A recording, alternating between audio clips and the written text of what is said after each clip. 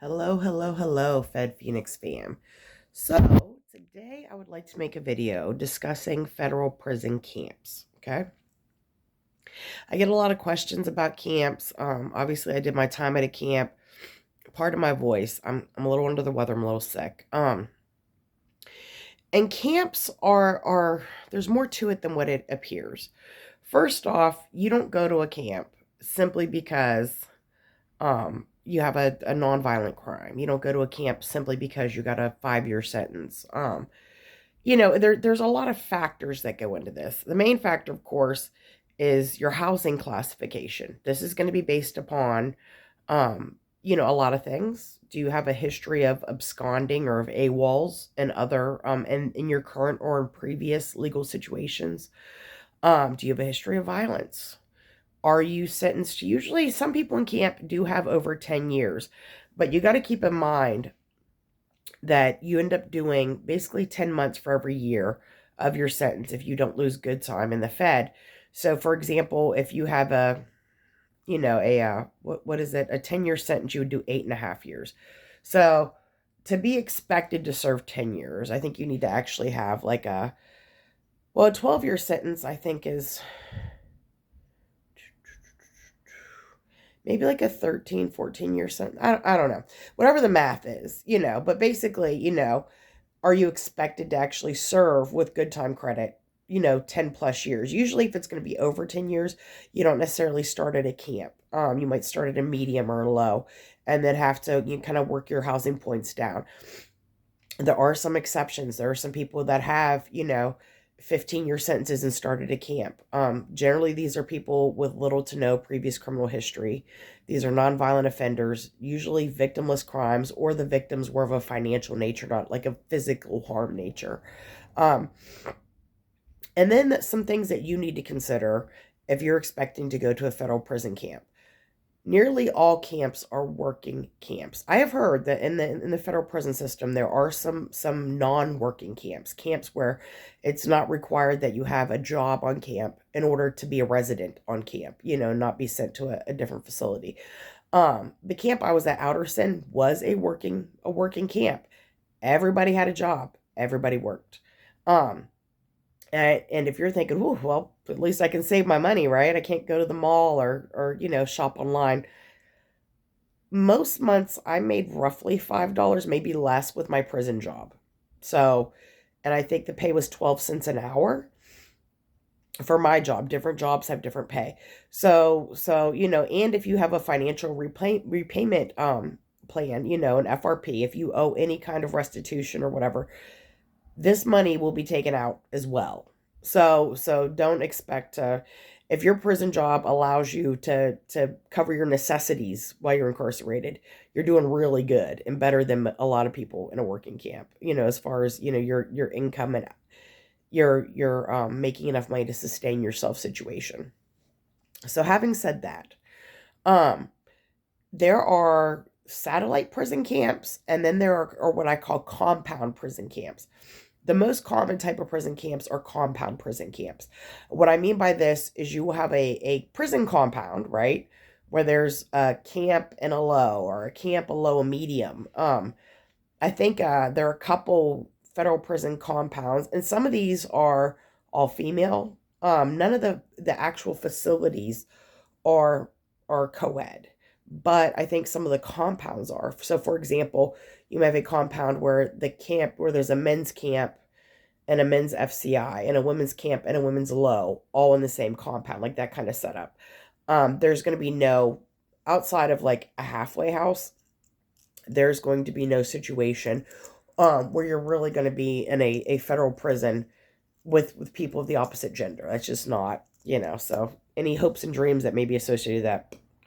Now, I think all satellite prison camps, so standalone prison camps that are not part of a compound with higher security facilities, I think all of those are working camps. Outerson was a satellite prison camp. We did not have an attached or nearby low, medium FCI that we interacted with in any way at all.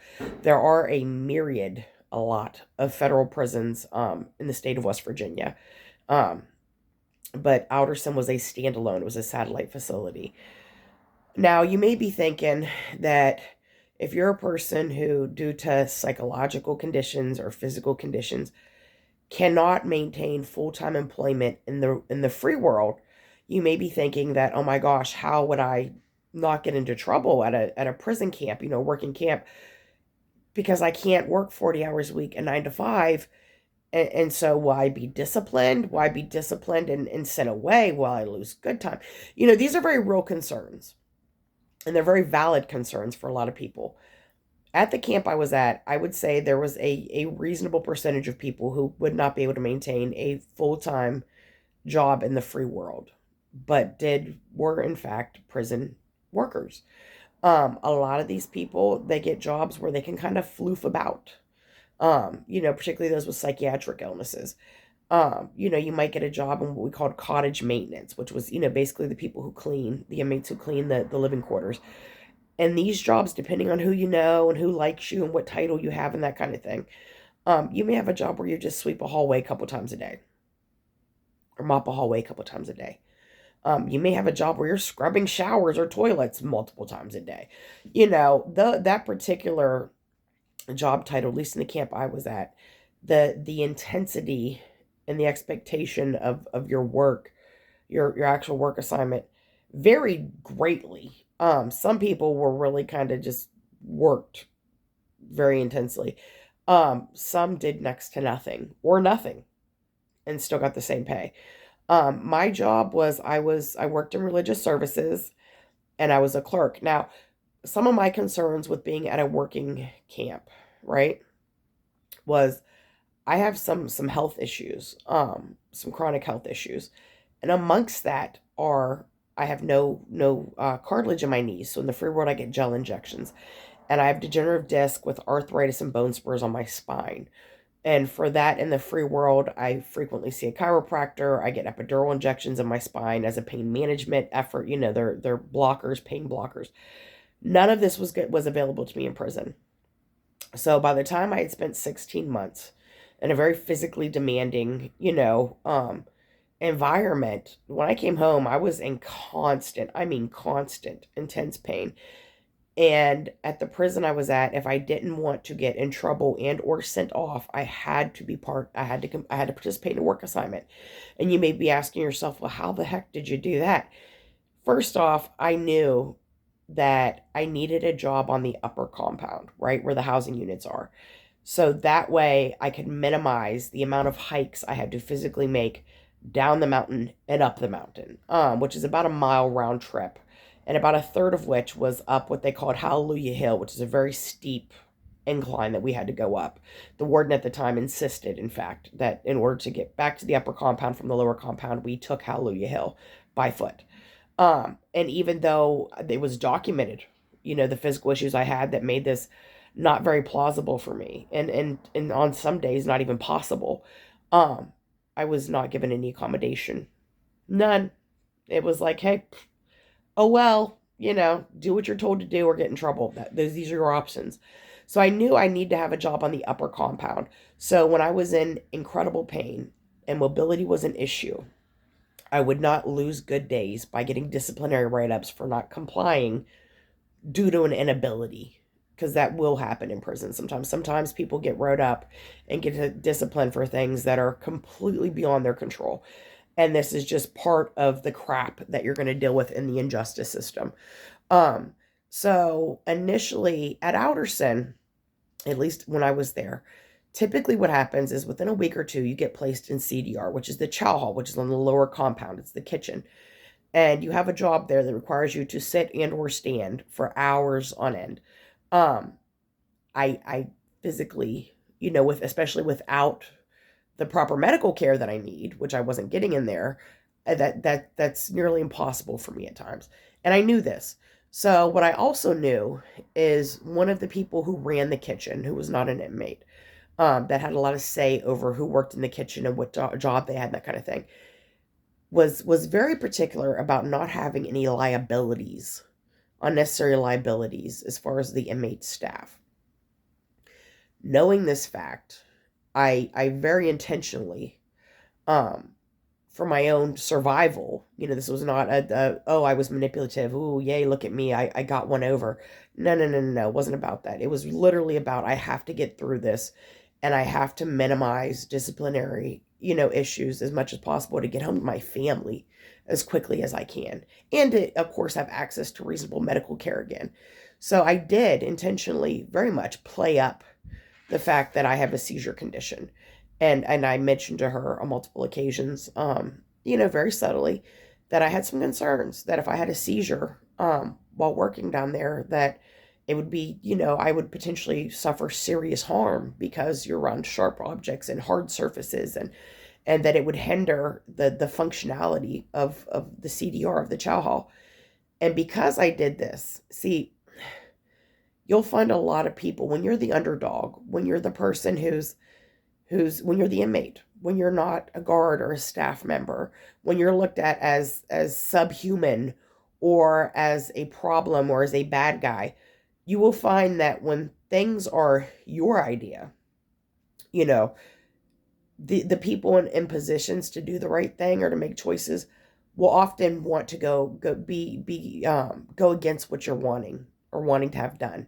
They'll assume there's some shady motive or there's some manipulation or something bad. It's bad to give you what you want, which is, but I've said it before and I'll say it a million times over.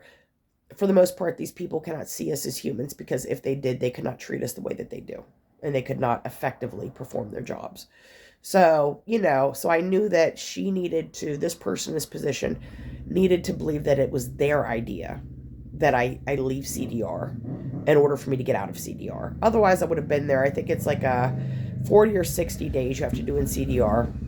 Then they have to agree to sign off on a job change for you that you've worked satisfactory during that time. And then you have to find another job that's willing to hire you that will sign off that they will accept you. And then that has to get approved through your case manager. It's a whole process. So I convinced this woman very subtly and indirectly that it was in her best interest in the running of the kitchen that I not be there. So after a couple weeks in CDR, I was given the opportunity. I was told, hey, listen, if you can find another job that'll take you, we'll sign off on your job change early. And I knew I needed a job in the upper compound. I knew this job would have to be one that was not physically demanding, right? And of course, upper compound because mobility issues, to be able to navigate that as best as I could. And I knew it would need to be a job where there weren't going to be, it wasn't going to be a 40-hour week situation. So when I was having difficult, points psychologically, I could kind of fake it till I make it or fudge through, push through whatever to just meet the minimum of the requirement of my job to kind of gray man stay under the radar. And thankfully I got hired at religious services. And when I got hired at religious services, there was a woman in my unit at the time, Miss Tyson. I hope she's doing well. Wonderful, wonderful lady. I truly adore Miss Tyson, by the way. Older lady, really, really good people. But Miss Tyson was in my housing unit as well. And Miss Tyson she was a smart person in the sense that I think she's seen people for who and what they were. And she kind of took a liking to me. And so when I got hired at religious services, Miss Tyson was the clerk. She was the front desk person. This is the person who handles a lot of the going between the inmates, and the staff of religious services regarding various issues. This is the person that inmates come to when they want to fill out paperwork for religious SPOs, special purchase orders, or, for any number of things that require paperwork. They're going to come to the religious services clerk person to assist them in getting the paperwork they need filled out or even filling out the paperwork. Um, and so Miss Tyson's job, no one else in religious services knew how to do her job, right? She was the clerk. She was even though we all got paid pretty much nothing, she was the face of the chapel, of the religious services as far as inmates went, the head person. And she took a liking to me, and I think she realized that I had some unique issues, and that I was really trying my best to just get this done and get home to my family. And so she trained me to do her job. And so when Miss Tyson went home, which was shortly after I had joined religious services, I became the front desk person because I was the person that she had, groomed to take that position, and which was really an honor and a privilege, and did me more favors than I can even begin to tell you. Um, so as a result, that pretty much was my job most of my stay there. Um, Now, of course, my first few months we didn't work at all because I came in the height of COVID and I was in a quarantine unit for months. And so, which is really abnormal compared to the typical running of things. So for me, there were a few days where I just psychologically was not well enough to work. And in camp, that was not an excuse. That was not a valid reason to miss work. And if you miss work, you get in big trouble.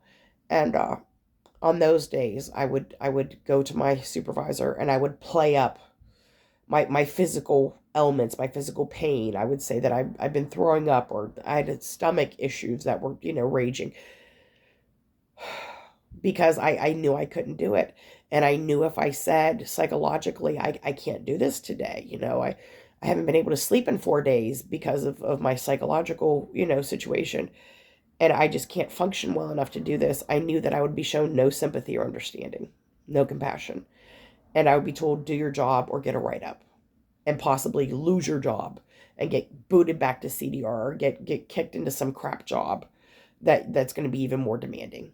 So there was a woman on my one housing unit in A2. Her name was Miss Pat. Love you, Miss Pat, if you ever see this. But Miss Pat was an elderly woman who came to Alderson walking, obviously. Left Alderson in a wheelchair due to complications from COVID.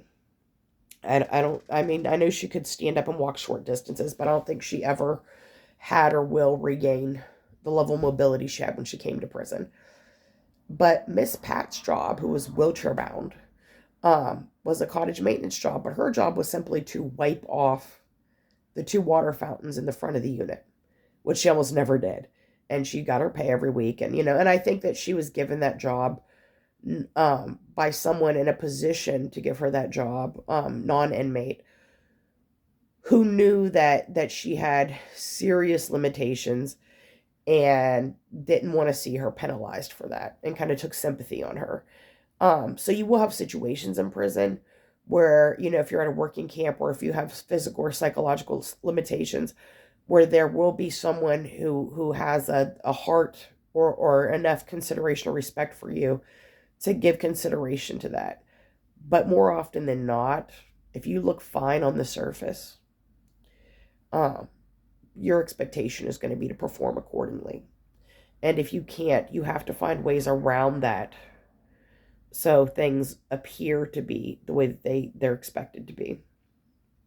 And I think in a lot of the camps that are compound camps, where you have a camp and an FCI or whatever, I think a lot of times the function of the campers ends up pretty much being a lot of the day-to-day running of the higher security facilities, kind of like how trustees are in county jail. These are people that do the laundry and do the cooking and that kind of thing, because the higher security inmates, for whatever reason, aren't trusted enough to perform these tasks.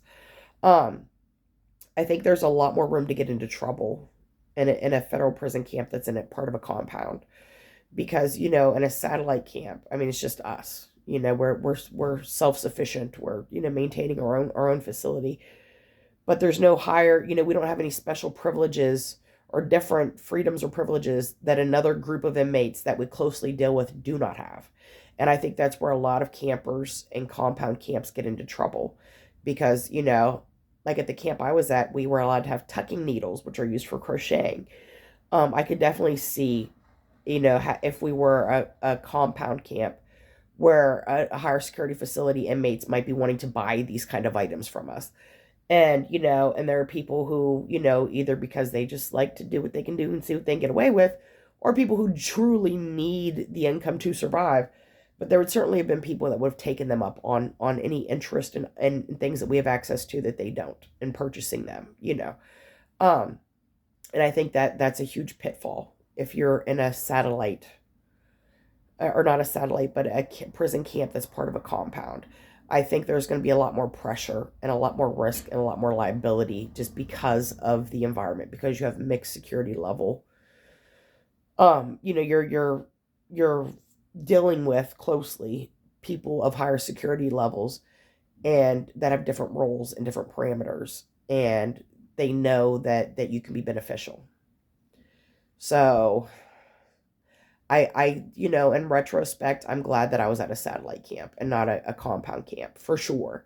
Um, Not because I feel like I would have got myself necessarily into more trouble, um, because I'm pretty capable of speaking my mind and standing up for myself, but just because of the drama and the chaos and all that extra crap would have made a much more stressful, volatile environment.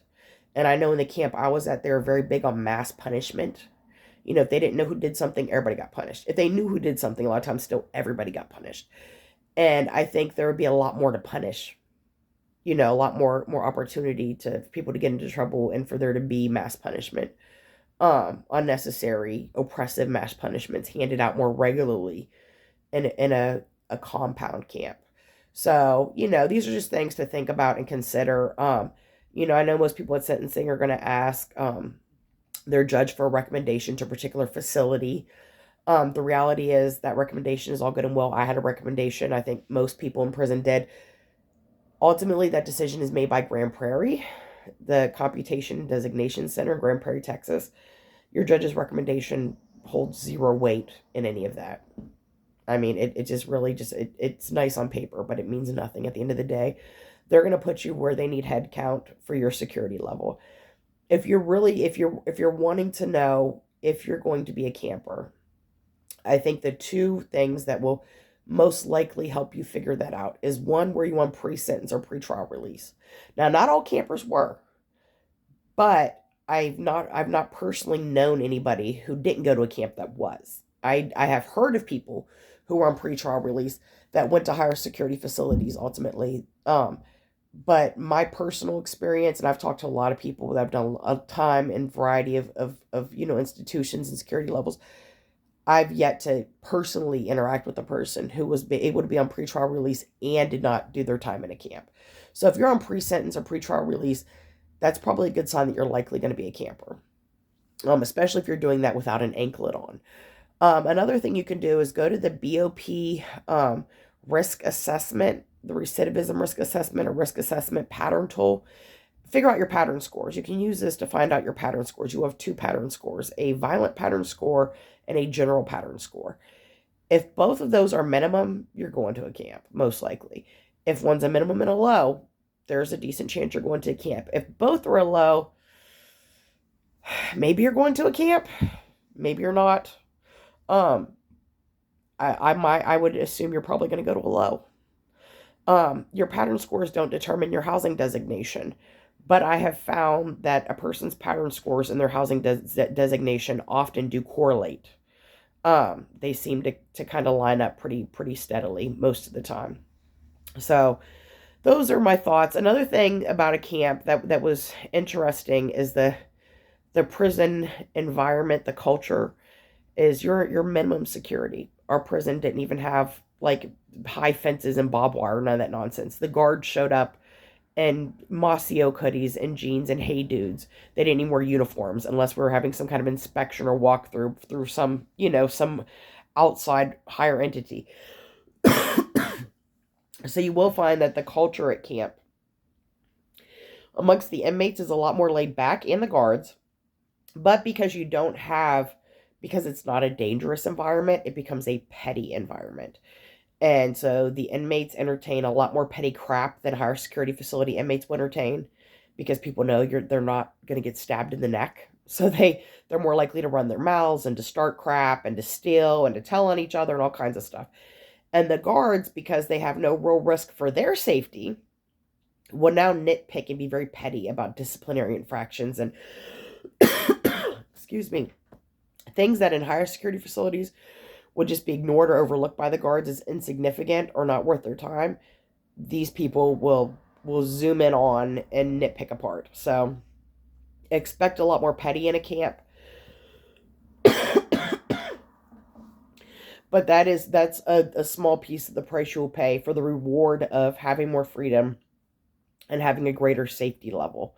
So I hope this information has been helpful. I just wanted to make a short video about federal prison camps and some of the dynamics and stuff, and things to think about regarding that. if your loved one is expecting to go to a camp or wondering if you're going to a camp. I hope this video has been helpful. Again, I'm under the weather. In the description for the video, please like the video if you like the video. If you're not already a subscriber, I would truly appreciate your subscribership.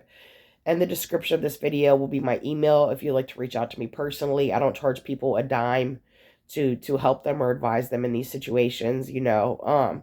But if you would like to donate to me, to the channel, to any of that, also in the description will be my Cash App and my PayPal information.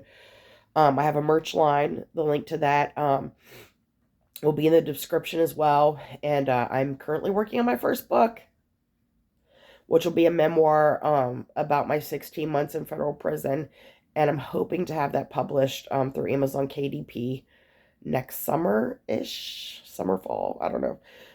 So keep an eye out for that. And no matter what you're going through, remember, this is just a slice of your life. You will get through it because you have to. And, you know, good day, God bless, and we got this, Fed Phoenix fam. And any comments or questions, feel free to drop them. And I'm usually pretty good about responding pretty quickly. So, again, hope this information was helpful for some. Hope my voice goes back to normal soon. And good day, God bless, and I'll holler at y'all later.